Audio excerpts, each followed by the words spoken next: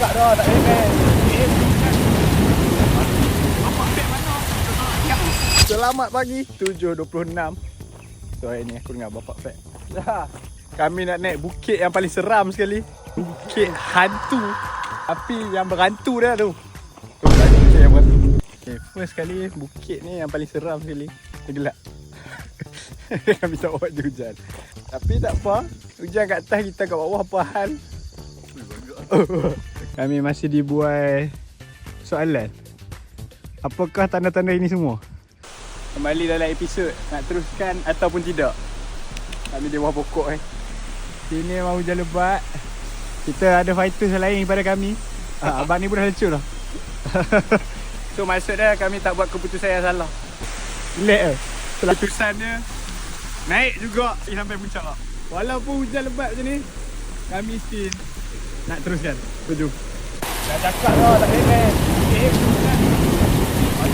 Bapak Pet mana? Kau tak nak siap tu. Tu Bapak Pet. Ada apa? Kami dah sampai dah kat puncak. So jom kita layan view kat atas. Oh, macam ni lah keadaan di atas. Hujan ni. Tapi tak boleh deny, memang sejuk. Dah macam dekat Genting Highland. Mana dapat kan Tomahawk boleh datang ke pesta pada Meru pada dah. Tahu tak. Kami ingat kami nak buat makan Tomahawk atas bukit ni. Apa tu lah? Apa yang apa tu lah? Kalau keempat channel Pak Mat ada kat komen tu orang Belanda makan Tomahawk atas bukit ni. Kita. Tapi aku yakin Bapa tak akan datang punya. Balik-balik mungkin 1-2 orang. Yang paling kecil tu. Kita dah settle lah semua. So kami nak turun balik 952 sejauh 2.3 km.